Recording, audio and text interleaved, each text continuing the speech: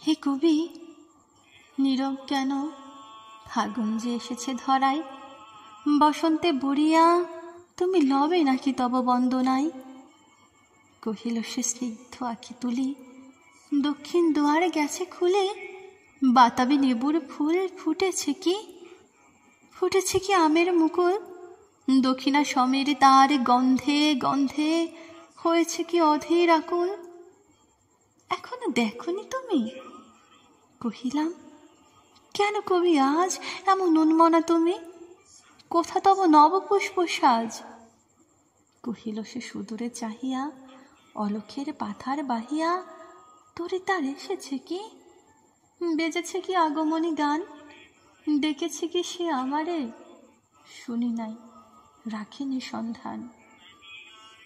কহিলাম, ওগো কবি, রচিয়া লহনা আজও গীতি, বসন্ত বন্দনা তব কণ্ঠে শুনি এই মোর মিনতি।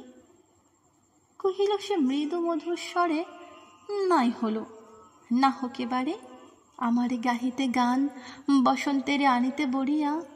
রহেনি, সে ভুলেনি তো, এসেছে তা ফাগুনে সরিয়া। কহিলাম, ওগো কবি, অভিমান করেছ কি তাই?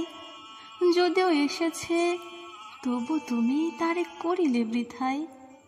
কহিল সে পরম হেলায়, বৃথা কেন? ফাগুন বেলায় ফুল কি ফোটেনি শাখে? পুষ্পারতি লভেনি কি ঋতুর রাজন? মাধবী কুড়ির বুকে গন্ধ নাহি, করে নাই অর্ঘ্য বিরোচন। হোক, তবু বসন্তের প্রতি কেন এই তব তীব্র বিমুখতা? কহিলাম, উপেক্ষায় ঋতুরাজে কেন কবি দাও তুমি ব্যথা? কহিল সে কাছে সরে আসে, কহিলি উত্তরি তলে মাঘের সন্ন্যাসে, গিয়াছে চলিয়া ধীরে পুষ্প শূন্য দিগন্তের পথে, রিক্ত হস্তে। তাহার এই পরে মনে ভুলিতে পারি না কোনো মতে।